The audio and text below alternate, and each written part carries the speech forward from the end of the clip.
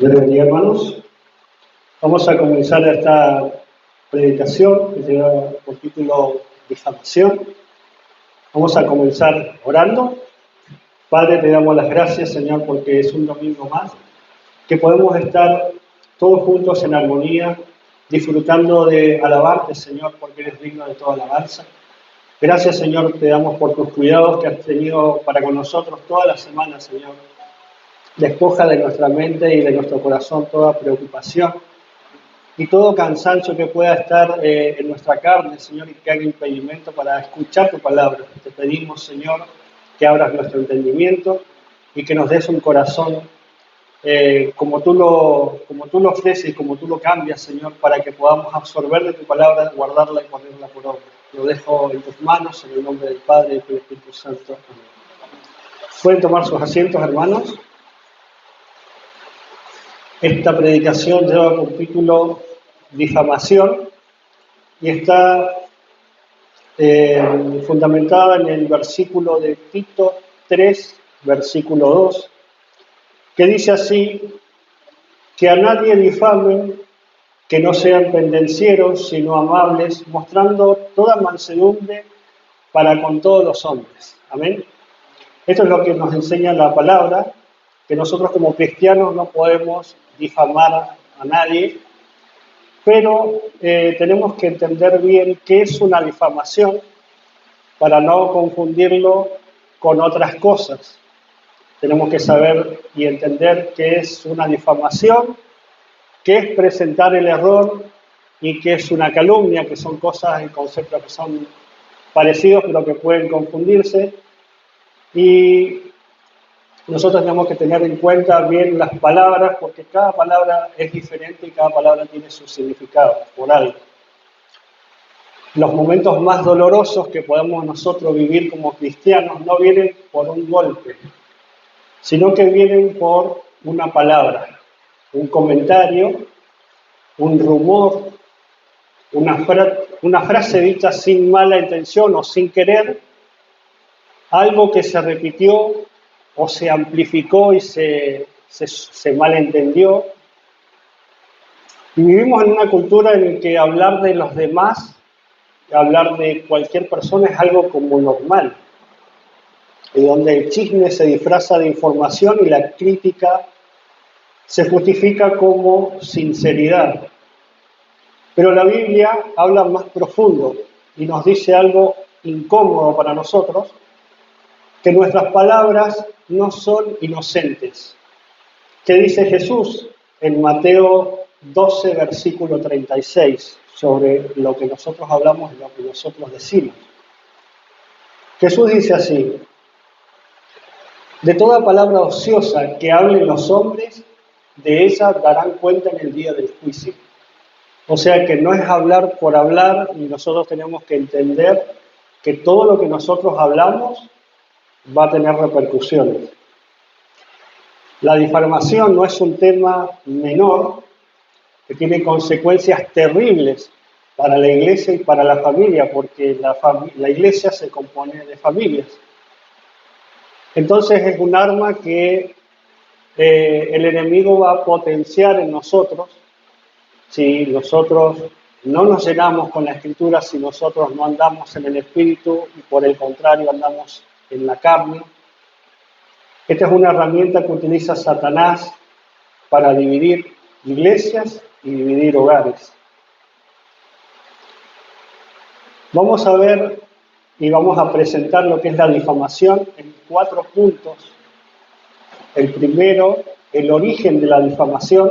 El segundo, sus consecuencias. El tercero, la diferencia entre difamar a alguien y denunciar un error. Y después, último y más importante, cómo detener una difamación, cómo detener ese pecado de la difamación. Pasamos al primer punto, que es el origen. ¿Cuál es el origen de una difamación? Primero tenemos que entender qué significa la palabra difamación, definición bíblica de lo que es difamación.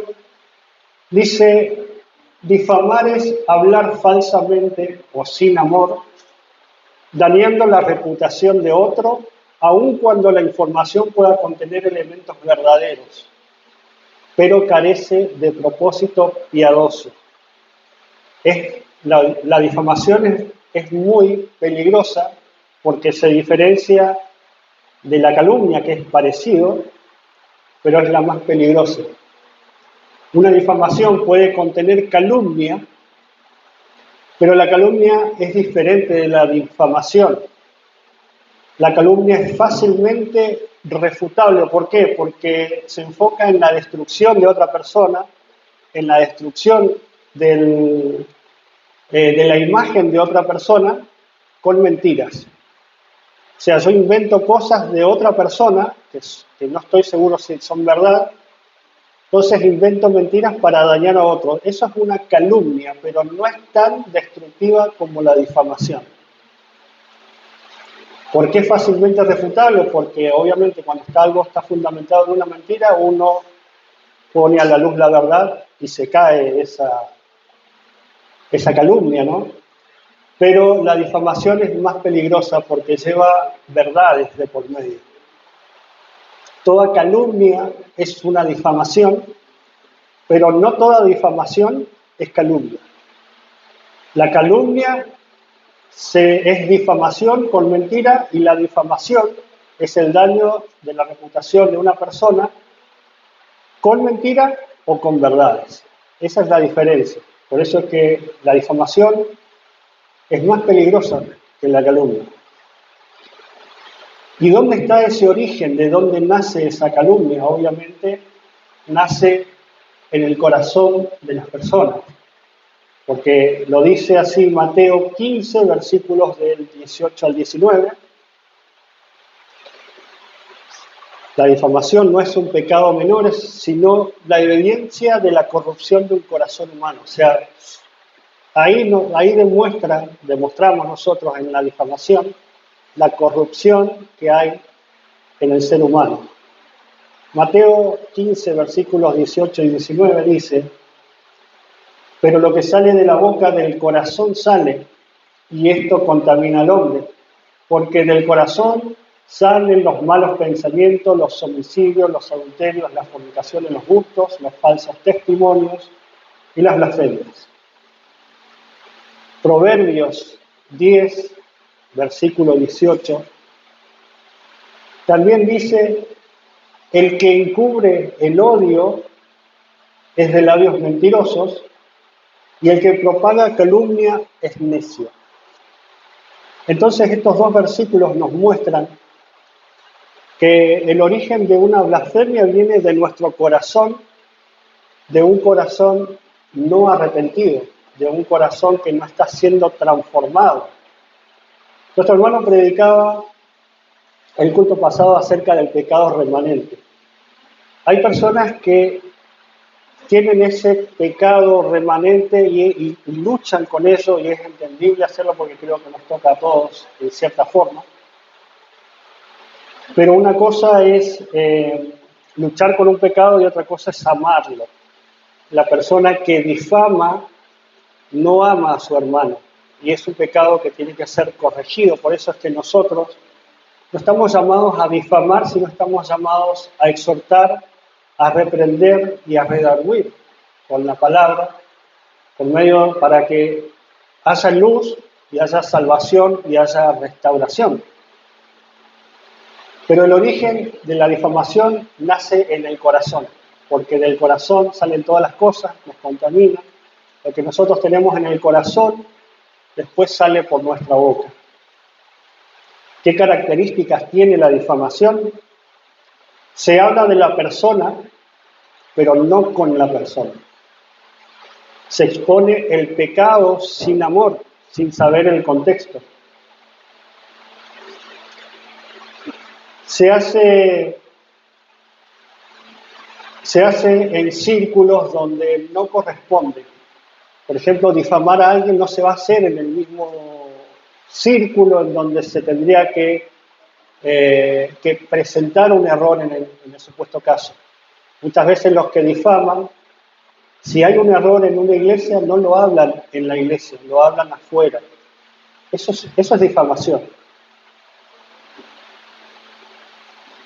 Y se justifica con frases como, solo digo la verdad, es para que sepan, o hay que advertir, por una falsa justicia. La difamación busca un desahogo de la persona, no restaurar, decir lo que yo pienso de otra persona, sin querer, sin saber si la otra persona por qué lo hizo, no me interesa lo que la otra persona tiene para decirme, sino me interesa desahogarme yo lo que yo pienso y ahí empiezo a difamar. ¿Por qué? Bueno, entonces, esas son las características de una difamación, viene de un corazón no restaurado o en proceso de restauración.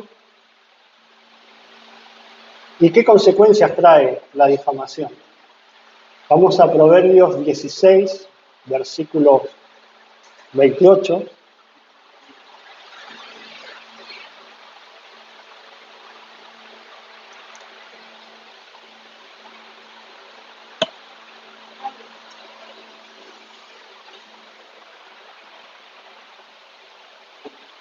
Que dice así, el hombre perverso levanta contienda y el chismoso aparta a los mejores amigos.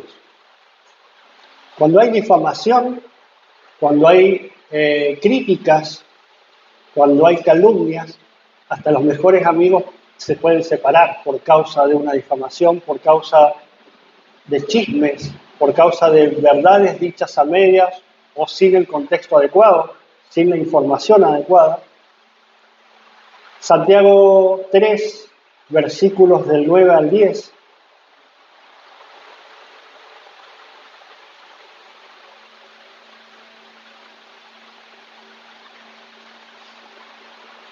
Dice, con ella bendecimos a Dios al Padre, con ella maldecimos a los hombres que están hechos a semejanza de Dios. Acá está hablando de la lengua, de lo que nosotros hablamos, de lo que nosotros decimos. Y si con ella bendecimos a Dios y después maldecimos a los hombres, eso quiere decir que nosotros, que están hechos de una misma, proceden la... Bueno, ok. Hay un versículo más que es clave, que dice, de una misma boca proceden bendición y maldición. Hermanos míos, esto no debe ser así. O sea que nos dice claramente la Escritura. Santiago 3, versículos del 9 al 10 lo deja claro y muestra cómo está nuestra condición. En lo que nosotros hablamos, no podemos decir yo amo a Dios y después de estar difamándonos entre nosotros o difamando a una persona que no sea de nuestra familia o de nuestra iglesia. No estamos llamados a difamar a nadie. Este efecto es invisible, pero es el más grave, es como que fuera poca cosa, como que es algo muy común el hablar de otra persona, pero tiene efectos devastadores. Y una iglesia puede ser doctrinalmente correcta, podemos tener la doctrina más exacta, la más pura, pero una iglesia puede estar enferma por una lengua sin freno. Si yo no domino, yo puedo tener la mejor teología, el mejor conocimiento, pero si yo con ese conocimiento no lo pongo en práctica, después yo lo voy a demostrar con las cosas que hablo y con las cosas que hago. Consecuencias eternas. ¿Cuáles son las consecuencias eternas de una difamación? Sin arrepentimiento hay juicio. Gálatas 5, versículos 19 y 21,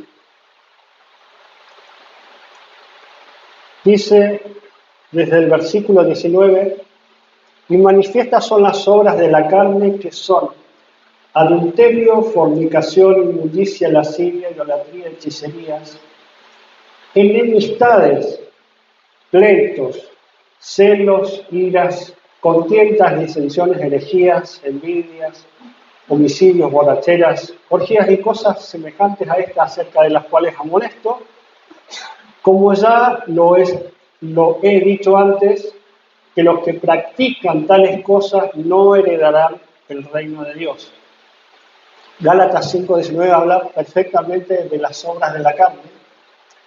Y cuando hay difamación, seguramente vamos a tener enemistades, vamos a tener pleitos, celos, iras, y vamos a tener disensiones. Las disensiones son diferentes puntos de vista. Y todo eso nace porque estamos en la carne. Y dice los que practican tales cosas, y esto es algo que hay que tener mucho cuidado, porque dice que no van a heredar el reino de Dios. Esto no habla de un tropiezo ocasional, sino habla de una vida que no está siendo transformada, sino que se observan las obras de la carne en la persona. La difamación persistente revela ausencia del nuevo nacimiento. Y ahora entendemos que difamar a una persona no es correcto, hablar una cosa de Dios y alabar a Dios y después difamar a un hermano o a una persona que no sea creyente igual, no está bien, ¿verdad? Pero ahora, ¿qué diferencia? Este es el punto número 3. ¿Qué diferencia hay entre la difamación y denunciar un error? Que eso es lo que muchas veces se puede llegar a confundir. Difamar es dañar sin un propósito redentor. Difamar es dañar la reputación de una persona con palabras que no buscan restaurar, no siguen ningún orden bíblico, no tienen autoridad legítima, nace del orgullo, del enojo o del resentimiento que pueda tener una persona con otra. Eso sería la difamación, en contraste con la denuncia del error. ¿Qué es la denuncia de un error? Porque si alguien reprendiera un error mío y lo hiciera públicamente o como sea, no estaría, y yo estoy equivocado, estoy presentando un concepto o una verdad equivocada, ya no me estarían difamando, ya estarían confrontándome con la verdad. Y eso es lo que nosotros estamos llamados sí a hacer nosotros. Denunciar el error es confrontar con verdad y amor. Denunciar el error es exponer el pecado real o una falsa doctrina, con base en una verdad, bajo una autoridad bíblica. O sea, la autoridad no somos nosotros, no es lo que yo diga, no es lo que a mí me parece, sino ya la autoridad cambia, ya la autoridad es de Dios. El juez es Dios. Y tiene el propósito de corregir, de proteger y de restaurar. Contrario a la difamación, que solamente tiene el propósito de destruir, no de restaurar. Efesios 5:11 nos llama claramente a hacer esto. Nos dice: y no participéis de las obras infructuosas de las tinieblas, sino más bien reprenderlas. O sea, nosotros tenemos que reprender a todo aquel que está desviando la verdad del pueblo de Dios. Si alguien se para a decir una supuesta verdad mezclada con mentiras o manipulaciones, nosotros estamos llamados a reprender las obras infructuosas de las tinieblas. Eso es un mandato bíblico. Gálatas 2, versículo 11, también dice: pero cuando Pedro vino a Antioquía, le resistí cara a cara, porque era de condenar. Acá Pablo confronta públicamente a Pedro cuando un error fue público. O sea, no anduvo Pablo después hablando mal de Pedro por ahí, porque Pedro hizo esto, porque Pedro hizo aquello, sino que dice que fue y lo confrontó cara a cara. Porque no es que uno tenga que hablar mal de alguien. Si uno ve un error mío, en el amor de un hermano tiene que venir y decirme cara a cara, mira, vos te equivocaste acá. Y no andar diciéndolo por ahí que, mira, se equivocó, hizo aquello, sino decirle, hermano, mira, te equivocaste en esto. Y, y el que es sabio va a saber recibir una reprensión, va a saber recibir un consejo, va a saber recibir una exhortación. ¿Por qué? Porque va a venir con la palabra, entonces nos vamos a dar cuenta y va a ser de gozo, no va a ser de alegría, no va a ser de enojo ni de ira, sino que va a ser un sentimiento de agradecimiento. Porque muchas veces nosotros cometemos errores que ni siquiera sabemos que está mal, para nosotros está bien. Pero cuando viene alguien y nos corrige y nos exhorta con la palabra y nos muestra, mirá lo que dice la Escritura sobre tu actitud o sobre tu accionar. Y uno la lee la Escritura y se da cuenta y dice, wow, me parece que me estaba equivocando acá. Y uno no se enoja con el hermano que te viene a corregir, sino que decís a Dios gracias, gracias porque el hermano me salvó y me libró, que si yo sigo por ahí, algo malo me iba a pasar, porque justamente cuando nosotros no obedecemos a la verdad, vamos a tener que creer en la mentira, y la mentira siempre tiene consecuencias negativas. ¿Qué características tiene esta denuncia bíblica? Se sigue, no es que uno lo haga porque sí solamente, esto es un orden bíblico. Mateo 18, versículos 15 al 17, lo deja claro, ¿no es cierto? Por tanto, si tu hermano peca contra ti, ve y repréndele estando tú y él solos.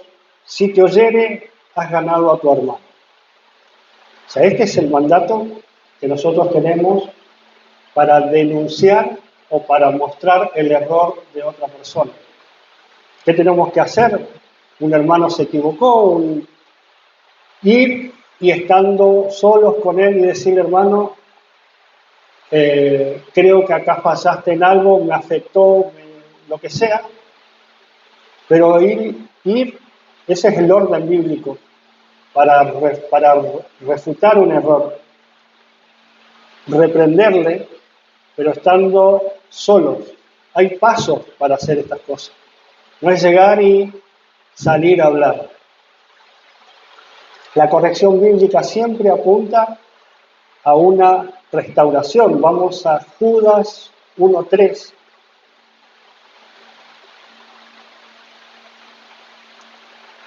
Judas 1:3 nos dice claramente por qué nosotros tenemos que denunciar un error y denunciar herejías, denunciar falsas doctrinas.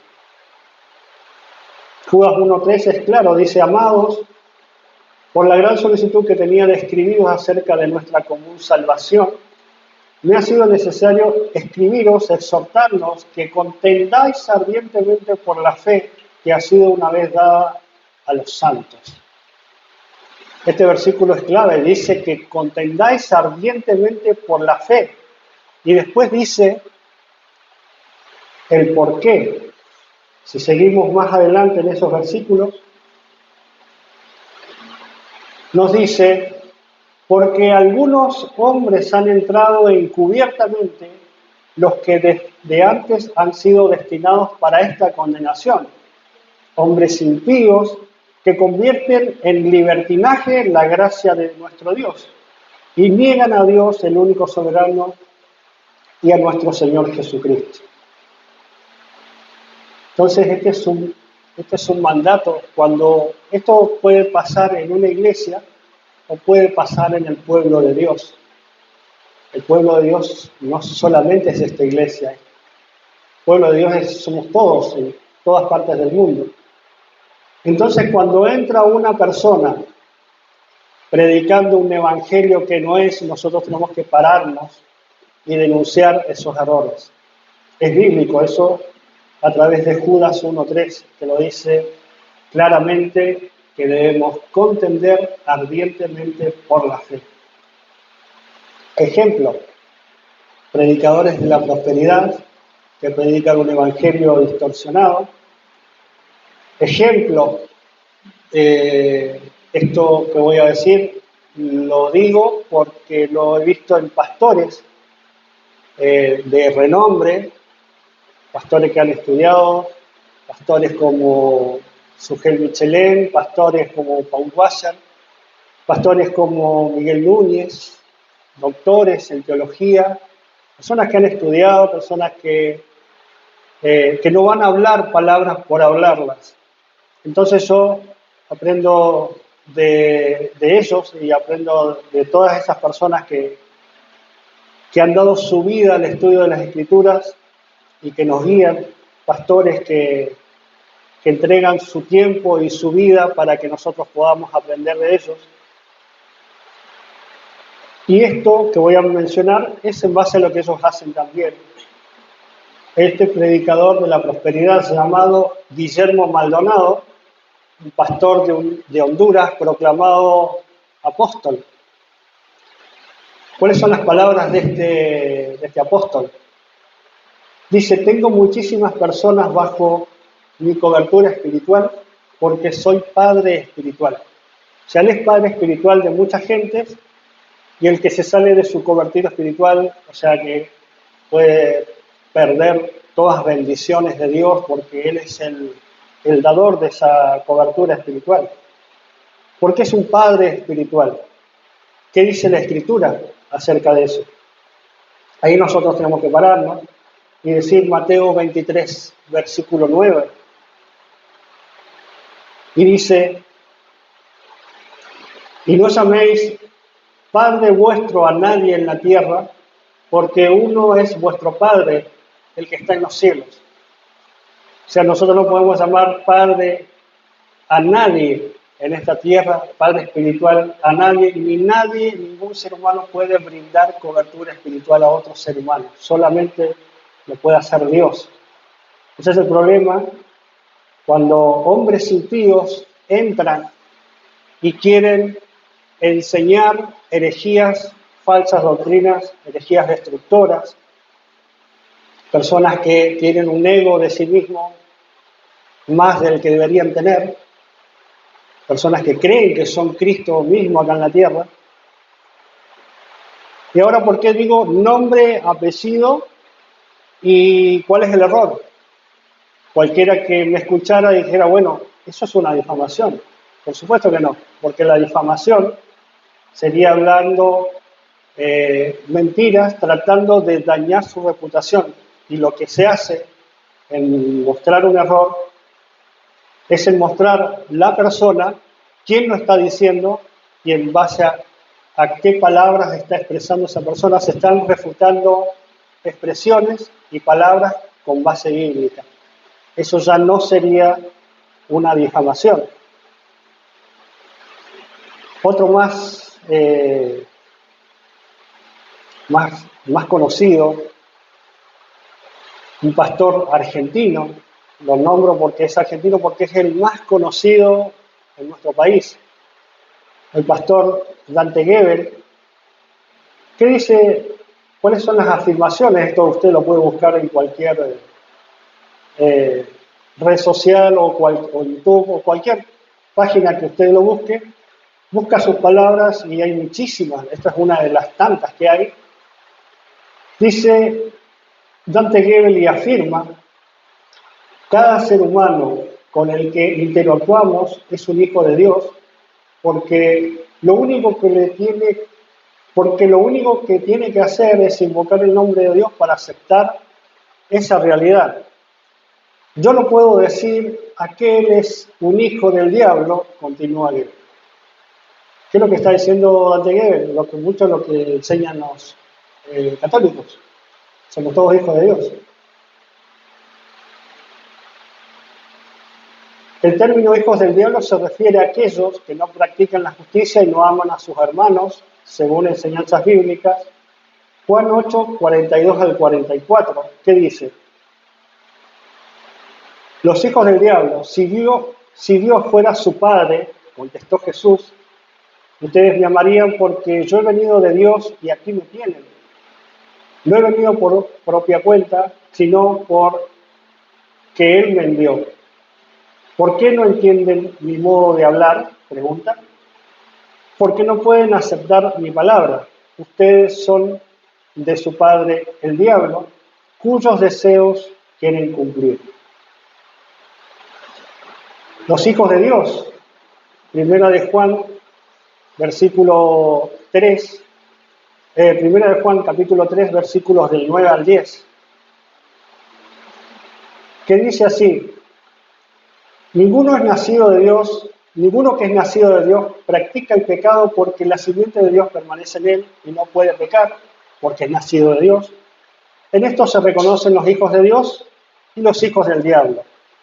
Todo aquel que practica la justicia, que no practica la justicia, no es de Dios, tampoco aquel que no ama a su hermano, no es de Dios.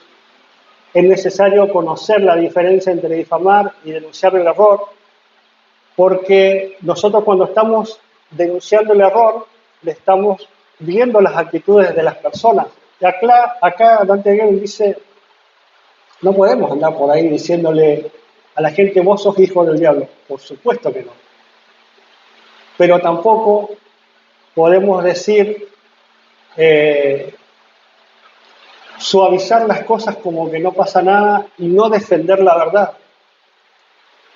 Ese es el problema cuando hay hombres que mezclan las verdades con las mentiras y traen confusión. Acá es claro la palabra. ¿Cuáles son hijos de Dios? ¿Cuáles son hijos del diablo? No para que nosotros andemos señalando quién es quién, sino para que nosotros veamos en nosotros mismos cómo estamos hablando, cuáles son nuestras palabras. Es claro, dice que el que es hijo del diablo no ama a su hermano. Entonces, si alguien no ama a su hermano, ¿yo le puedo llamar hijo de Dios? Y no, si la palabra dice que el que no ama a su hermano es hijo del diablo. Lo está diciendo la Escritura, no porque nosotros vayamos a diciéndole a las personas, vos sos un hijo del diablo.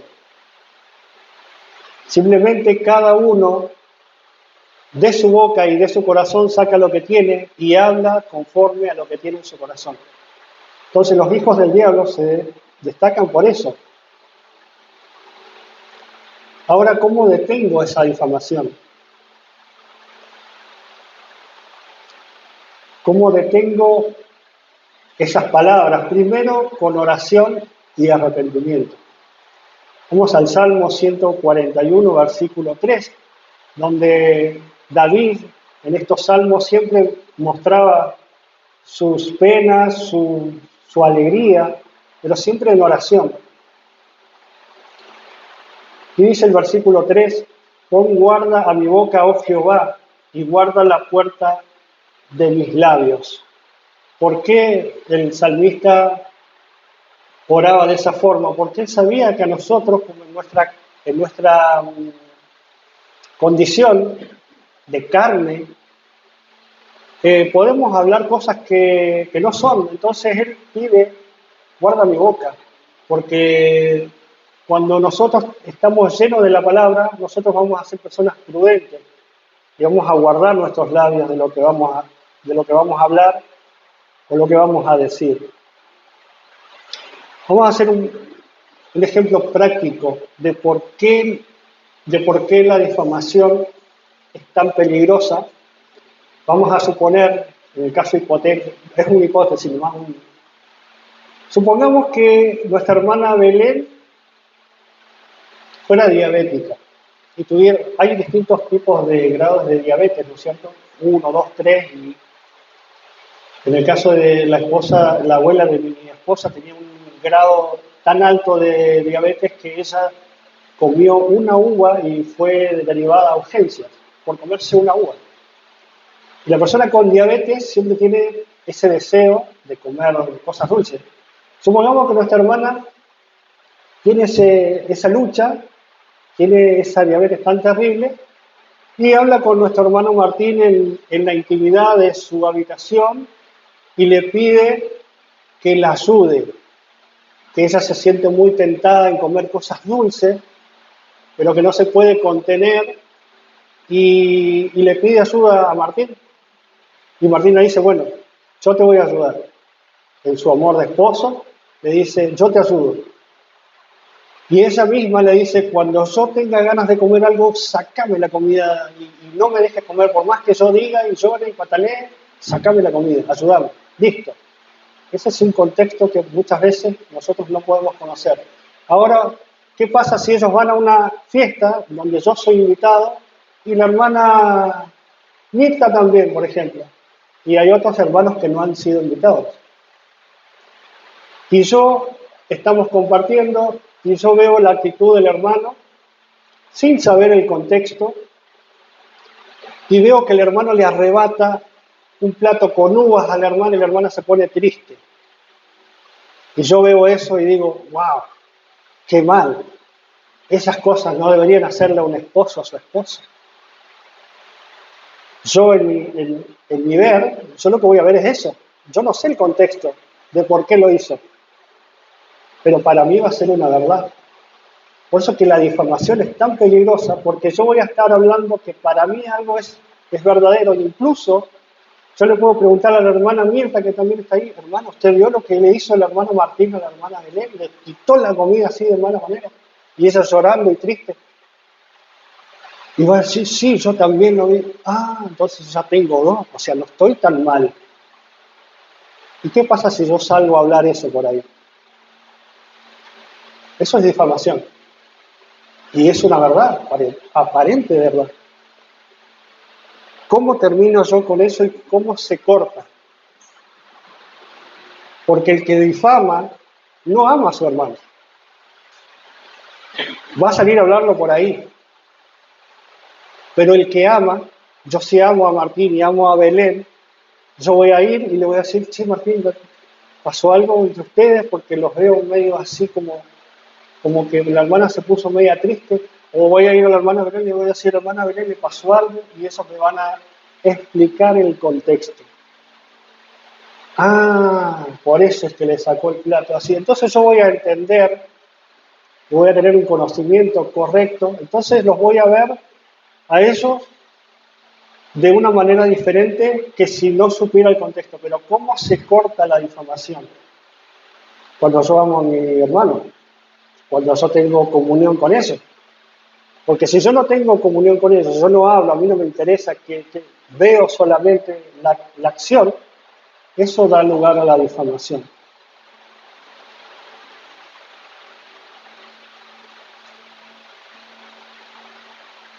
La difamación se detiene cuando hay amor y comunión entre hermanos. Primero de Pedro 4:8 nos dice esto, y esto es lo que nosotros tenemos que practicar siempre. Ante todo, dice primero de Pedro 4:8, tener entre vosotros ferviente amor, porque el amor cubrirá multitud de pecados. Yo me puedo equivocar un montón, yo puedo hablar cualquier cosa que pueda llegar a herir a mi prójimo, pero si yo voy con una actitud humilde, reconociendo mi error, y voy a mi hermano y le digo, hermano, perdoname, y mi hermano me va a perdonar, porque si es mi hermano, va a saber cuál es el protocolo, por así decirlo, para perdonar al hermano, va a conocer la escritura. Entonces, ese pecado va a ser cubierto por el amor. Por eso es que el amor va a cubrir multitud de pecados. Yo puedo estar pensando mal, pero yo cuando me acerco a mi hermano y le digo y le hablo, él me va a responder. Y ese amor va a ser el que va a cubrir ese pecado, lo va a sacar. Después ese pecado va a ser como nada. Y así vamos a aprender un montón de cosas. El Salmo, vamos al Salmo 15.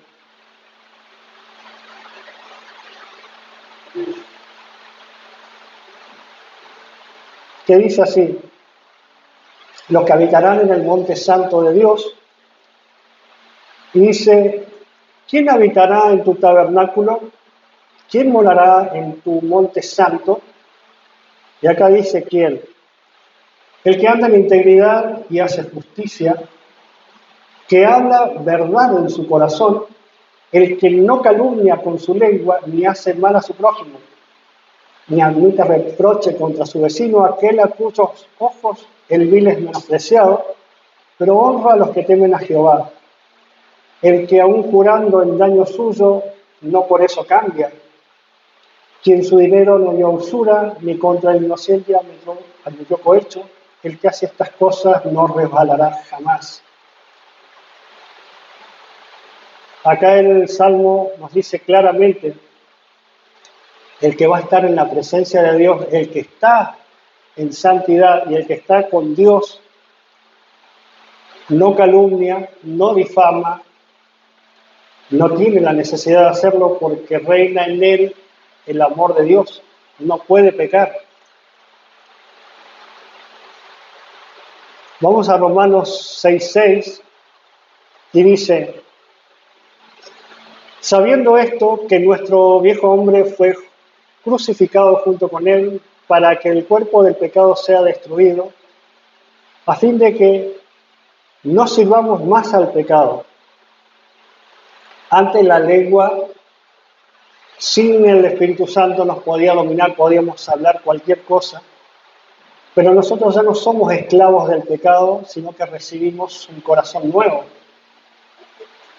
Entonces el viejo hombre ya fue crucificado y juntamente con Cristo, eso quiere decir que Cristo pagó por todos nuestros pecados, todo lo que nosotros hayamos dicho, incluso todo lo que nosotros podamos hablar en desconocimiento, todo eso ha sido perdonado y justificado delante del Padre por la muerte de nuestro Señor Jesucristo. Por eso es que tenemos que tener esa tranquilidad y descansar en Él, como lo dice Romanos 8, versículos 33 al 39. ¿Quién acusará a los escogidos de Dios? Dios es el que justifica. ¿Quién es el que condenará? Cristo es el que murió, más aún el que también resucitó, el que además está a la diestra de Dios, el que también intercede por nosotros. ¿Quién nos separará del amor de Cristo? ¿Tribulación o angustia o persecución? ¿O hambre o desnudez o peligro o espada? Como está escrito: por causa de ti somos muertos todo el tiempo, somos contados como ovejas de matadero. Antes, en todas estas cosas, somos más que vencedores por medio de aquel que nos llamó. Por lo cual estoy seguro de que ni la muerte, ni la vida, ni ángeles, ni principados, ni potestades, ni lo presente, ni lo porvenir, ni lo alto, ni lo profundo, ni ninguna cosa creada nos podrá separar del amor de Dios que es en Cristo Jesús, Señor nuestro. Entonces, nosotros podemos manifestar un error, pero nosotros nuestros errores nadie nos condena. ¿Por qué? Porque Cristo ya pagó por todos nuestros errores, por todos nuestros pecados. Nosotros no somos condenados de nadie. Pero, ¿por qué tenemos que guardar la puerta de nuestros labios? Para no hacer tropezar a otros, para demostrar quién es el que está en nosotros. Y otra cosa que es muy importante, el crecimiento espiritual en la difamación se ve muy afectado. ¿Por qué? Porque la forma en la que nosotros crecemos espiritualmente es a medida que nosotros profundizamos en las Escrituras. La forma de profundizar en las Escrituras la podemos hacer en medio de un culto, pero el culto es muy poco lo que nosotros podemos absorber. El crecimiento espiritual se da a través de los estudios bíblicos. Cuando nosotros estudiamos en profundidad una doctrina, una enseñanza, para justamente después no caer en falsas doctrinas y escuchar a falsos predicadores, escuchar a falsos apóstoles, a falsos profetas. Pero todo eso se hace mediante los estudios bíblicos. Los estudios bíblicos nos ayudan a profundizar. Pero ¿qué pasa cuando nosotros tenemos una idea moralista y no tenemos la clara definición de lo que es difamar y mostrar el error? Si yo puedo caer en el pensamiento moralista y decir, a mí no me gustan los estudios bíblicos porque ahí se empieza a hablar mal de una doctrina, o se empieza a hablar mal de un hombre, o se empieza a hablar mal de otras iglesias, por eso no me gustan los estudios bíblicos. Hay muchas personas que no vienen a los estudios bíblicos porque tienen ese concepto. Creen que uno se pone a estudiar la Biblia para criticar a otras denominaciones. No se critica, acá se exhorta. Acá, en los estudios bíblicos, se muestra el error con nombre y apellido históricamente y hasta con fechas. Y eso es lo que nos da la luz para que después nosotros podamos saber cuál es el camino de la verdad, cuáles son los predicadores que predican el Evangelio y cuáles son aquellos que predican un Evangelio distorsionado. ¿Cuáles son aquellas personas que son confiables en escuchar y cuáles personas, aquellas que están desvirtuando la fe, haciendo tropezar a miles? En conclusión, la solución no es prometer hablar mejor, sino venir a Cristo en arrepentimiento y fe. Hasta aquí ha sido esta predicación. Que cada uno de nosotros podamos comprender lo que es difamar y, si hemos difamado, entrar en ese arrepentimiento, pidiéndole perdón al Señor, porque Él es juez justo. Todo lo que nosotros hagamos que no esté conforme a su verdad, Él es justo y fiel para perdonarnos. O sea, esto no es para preocupación, sino es para salvación, para restauración, para que seamos cada vez más todos uno solo, con un mismo pensamiento, una misma doctrina, un mismo espíritu, porque como está escrito, por un mismo espíritu fuimos todos bautizados. O sea, lo que yo tengo, usted también lo tiene que tener, lo que yo pienso, usted lo tiene que pensar. ¿Por qué? Porque el pensamiento en Cristo se hace uno solo, porque el pensamiento de Cristo es uno solo, porque Cristo es uno solo, y la sana doctrina es una sola. Vamos a orar para terminar. Padre, te damos las gracias, Señor, porque la luz de tu palabra nos alumbra, nos enseña, y te pedimos perdón, Señor, si en algún momento nuestras palabras han sido de difamación. Te pedimos perdón, Señor, porque somos carne y que te pedimos que te acuerdes de nuestra condición, de que somos polvo, Señor. Te damos las gracias porque nunca nos dejas y con tu palabra podemos ver y podemos corregir todo lo que está mal en nosotros. Te damos las gracias, Señor, por tu palabra y dejamos todo en tus manos en el nombre del Padre y del Espíritu Santo.